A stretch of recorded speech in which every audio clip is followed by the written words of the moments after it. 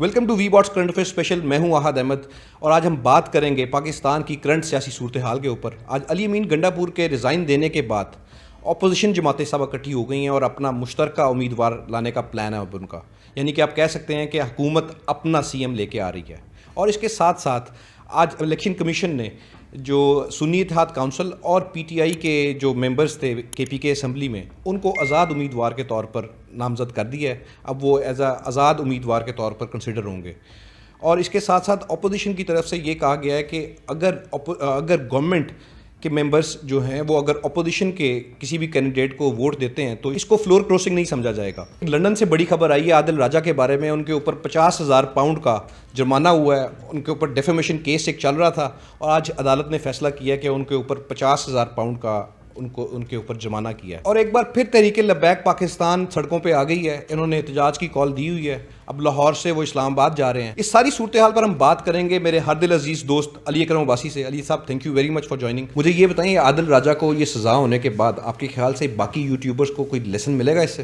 اچھا، سب سے پہلے ہم بات کریں گے عادل راجہ کی. جی عادل راجہ. کیمرے کے اوپر بیٹھ کے اتنی عادت نہیں ہے.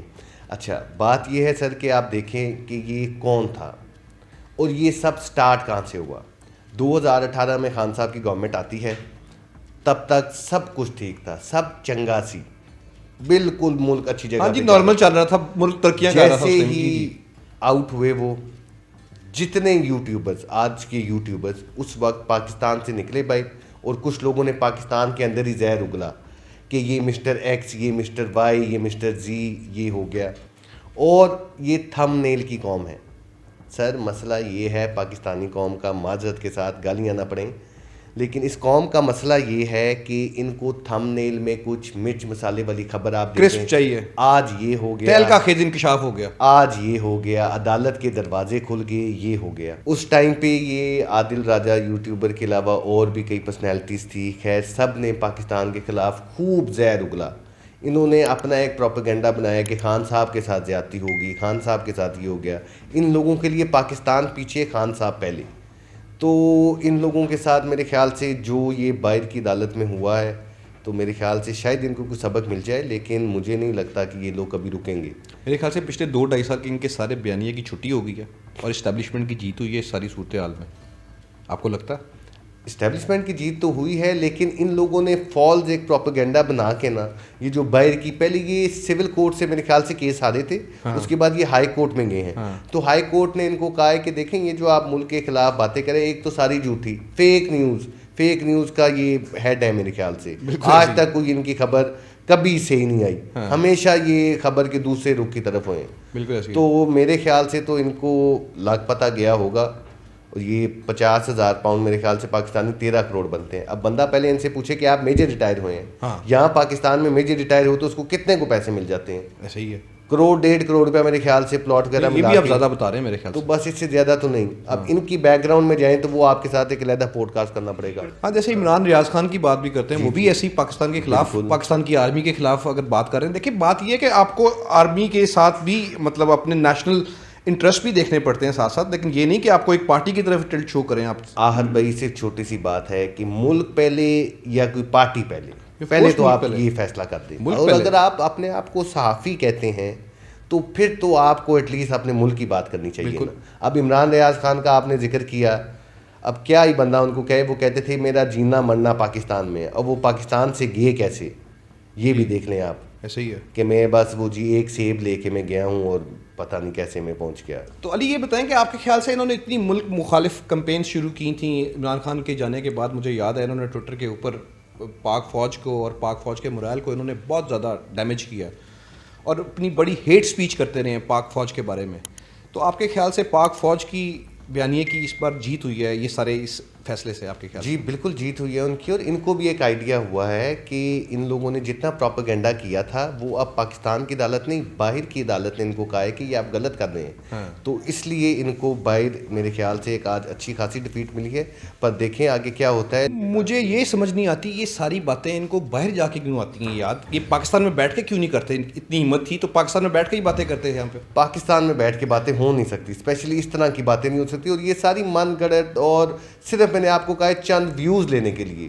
آج آپ کو پتہ ہے عدالت میں جو جج صاحب نے جنہوں نے جو کیس سن رہے تھے عادل راجہ کا، انہوں نے یہ تسلیم کیا ہے کہ یہ میڈیا ٹائمز سے جو راشد نصیر صاحب جو بریگیڈیئر صاحب تھے ان کی شہرت کو واقعی نقصان پہنچا ہے، اور یہ جتنے الزامات لگائے تھے وہ بے بنیاد ہیں. بالکل ایسی ہے. مطلب یہ جتنی باتیں انہوں نے کی ہیں پچھلے 2-2.5 سالوں میں، جو اتنا اینٹی اسٹیبلشمنٹ بیانیہ انہوں نے لے کے چلے ہیں یہ، اور اتنی ہیٹ سپیچ کرتے رہے ہیں، تو مطلب یہ سب ڈرامے بازی تھی، ٹوپی ڈرامہ چل رہا تھا، اور یہ صرف اور صرف انتشار پھیلا رہے تھے پاکستان میں. انتشار بھی پھیلا رہے تھے، اور دوسرا ڈالرز کی ساری بات ہے، ویوز کی بات ہے. بس کوئی بھی خبر کو سنسنی بنا کے پیش کرنا ویوز کے لیے.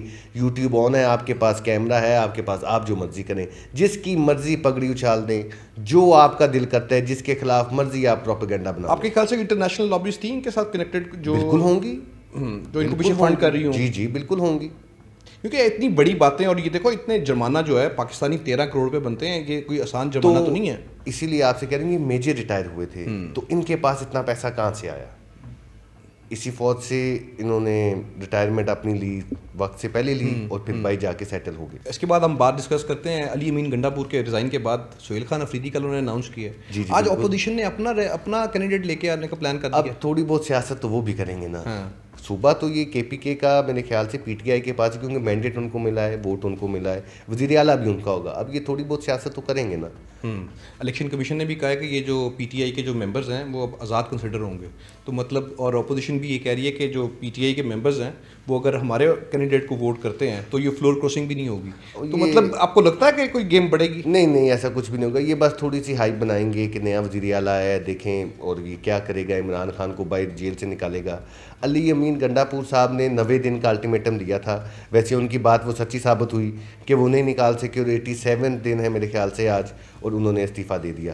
ان کے استعفے سے بھی ایک بات ہے کہ پتہ نہیں ان کا استعفیٰ ابھی تک گورنر ہاؤس میں موصول نہیں ہوا. ان کے ذرائع کے وہ تو چلے آپ کی بات ٹھیک ہے، یہ وہ بھی چلے وہ تو موصول ہو ہی جائے گا 1-2 دن کے اندر. لیکن مجھے دوسری جو ایک بات آپ سے پوچھنی ہے، اس میں ساری گورنمنٹ پریشان نظر آ رہی ہے مجھے. جیسے ان کا اپنا سی ایم تھا، یہ عطا تارڑ کو آج پریس کانفرنس کرنی پڑ گئی، اور بڑا سائڈ لی انہوں نے علی امین گنڈا پور کی. میں آپ کو بتا رہا ہوں، اور سہیل خان افریدی کو انہوں نے کہا کہ یہ ان کے تو رابطے دہشت گردوں کے ساتھ ہیں، اور یہ تو اس لیے انہوں نے لگایا کہ یہ دہشت گردی یہاں پہ پھیلا سکیں. نہیں ایسا کچھ نہیں. بس انہوں نے اپنی سیاست کرنی ہے. سیاست کو بھی آپ چھوڑ تو نہیں سکتے نا. اس صوبے میں وہ وزیر اعلیٰ پی ٹی آئی کا ہی ہوگا. اب انہوں نے یہ پہلے سے ڈیسائیڈ کیا ہوا تھا کہ علی امین کی جگہ ہمارے پاس آلٹرنیٹ ہوگا، وہ ہے سہیل افریدی. اگر آپ ان کی اسمبلی میں تقریر اٹھا لیں تو کتنی انہوں نے جذباتی کی ہے. تو یہ صرف اپنی ہائپ بنانے کے لیے بڑی. جی میں نے دیکھی ہیں، لیکن وہ تو میں دیکھ رہا تھا کہ اس میں تو جو وہ بیانیہ لے رہے ہیں وہ تو بڑا جذباتی ہیں، اور وہ بڑے مطلب عمران خان والا جو بیانیہ ایک لے کے چل رہے تھے، جیسے عمران خان ٹویٹس کرتے ہیں اور جیسی باتیں کرتے ہیں، وہ والا بیانیہ تو سہیل خان افریدی اپنی تقریروں میں کر رہے تھے. تو یہ تو آپ کو لگتا نہیں کہ یہ اسٹیبلشمنٹ کے لیے ایک ٹف ٹائم ہوگا یہ سہیل خان افریدی؟ کیونکہ آپ کو پتہ ہے کہ آپریشن چل رہا ہے ادھر کے پی کے اندر، اور وہ چلتا رہے گا. اسٹیبلشمنٹ کا ان کے ساتھ، وہ جو آپریشن چل رہا ہے ان کا اس کے ساتھ کوئی لنک نہیں. یہ ایک پولیٹیکل کام ہے، اور یہ پولیٹیکلی ہی ہو جائے گا. اس کے اندر جو میرے خیال سے آپ بات مس کر رہے ہیں، وہ کر رہے ہیں کہ علیمہ خان، ان کا آپ نے ذکر نہیں کیا کہ وزیر اعلیٰ علی امین گنڈا پور جو پہلے تھے، ان کو نکالنے میں ان کا وہ تو کتنا ساری دنیا بات کر رہی ہے کہ ان کو نکالا اس لیے گیا کہ انہوں نے علیمہ خان کے اوپر بڑے من گھڑت الزامات لگائے تھے. انہوں نے ان کو کہا کہ ایم آئی کی ایجنٹ ہیں یہ، اور مطلب اس طرح کے ٹویٹس بھی کیے. تو مطلب یہ تو پی ٹی آئی کے اندر بڑا اس پہ پائی جا رہا تھا کہ انہوں نے بہت غلط زبان یوز کی ہے علیمہ خان کے بارے میں. بس اب جتنی انہوں نے یوز کی، اب ان کو پرائس پے کرنی پڑی، اور آج وہ اپنی وزارت سے فری ہو گئے ہیں. تو آپ کے خیال سے یہ جو نیا سی ایم آیا ہے، یہ علیمہ خان گروپ میں سے ہے کہ بشرا بی بی گروپ میں سے ہے؟ یہ میرے خیال سے علیمہ خان گروپ میں سے ہے. اوکے. تو آپ کو لگتا ہے کہ یہ عثمان بزدار 2 تو نہیں ہوگا؟ نہیں وہ ایک ہی تھے. بس ان جیسا اللہ نہ کرے کہ پاکستان میں دوبارہ آئے. آپ لوگوں کو بس دعا ہی کرنی چاہیے کہ ان جیسا کوئی بھی بندہ نہ آئے. آپ کو پتہ ہے کہ پھر ایک دفعہ احتجاج شروع ہو گیا ہے. کل سے آپ کاروبار مشکل سے کریں گے آپ. یہ میرے خیال سے تھوڑا سا نہ ایک ایشو ہے، کیونکہ روڈز وغیرہ تحریک لبیک پاکستان ایک دفعہ پھر سڑکوں پہ آ گئی ہے، اور ان کا پلان ہے کہ مارچ کو اسلام آباد تک لے کے جانا ہے. اسلام آباد کو وہ بند کر رہے ہیں، انٹرنیٹ بند ہو جائے گا، فونز بند ہو جائیں گے. پہلے تو آپ یہ دیکھیں گے ٹی ایل پی احتجاج کیوں کر رہی ہے. غزہ میں تو آج سیز فائر ہو گیا ہے، وہ لوگ تو سڑکوں پہ جشن منا رہے ہیں. تو پھر یہ احتجاج کس لیے ہے؟ اور اگر سٹارٹ کیا انہوں نے تو اللہ کرے کہ صبح تک میرے خیال سے رک جائے، کیونکہ جب یہ روڈز وغیرہ بلاک ہوں گی تو سارا کاروبار رک جائے گا، لوگوں کو آفس جانے میں، اسکول جانے میں کافی مشکلات ہوگی. تو میرے خیال سے پنجاب کی جو گورنمنٹ ہے وہ اس کو صبح تک انشاءاللہ ریزالو کر لے گی. اب ہم دعا ہی کر سکتے ہیں. علی بابا دعا یہی کرتے ہیں کہ اللہ تعالیٰ پاکستان میں خیر و عافیت رکھے اور یہ احتجاج خیر و عافیت سے ختم ہو جائے. آپ کو ہمارا اگر انالیسس پسند آیا ہو تو اس ویڈیو کو پلیز لائک کریں اور ہمارے چینل کو سبسکرائب کریں اور اپنا فیڈ بیک کمنٹس میں ضرور دیں. Thank you.